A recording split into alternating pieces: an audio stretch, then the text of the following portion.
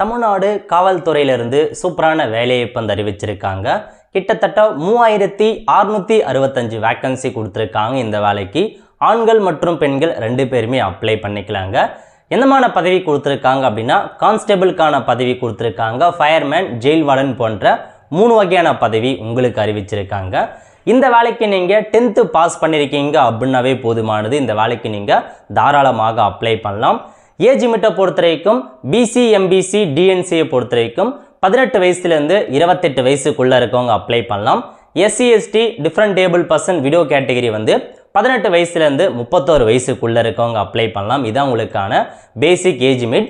Next சேலரியை பொறுத்த வரைக்கும் ஸ்டார்டிங்கிலே 18,200 ரூபாய் உங்களுக்கான சேலரி ப்ரொவைட் பண்ணுறாங்க.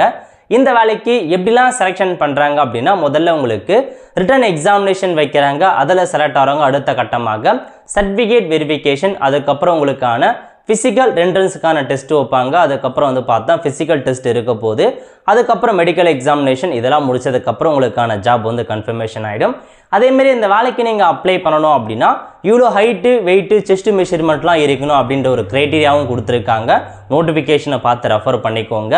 இந்த வேலைக்கு எப்படி ஆன்லைன் மூலமாக அப்ளை பண்ணுறது, இதை பற்றின மொத்த இன்ஃபர்மேஷன் நம்ம மக்கள் சேவை சேனலில் வீடியோ போட்டிருக்கோம். அதை பார்த்து நீங்கள் அப்ளை பண்ணிக்கோங்க.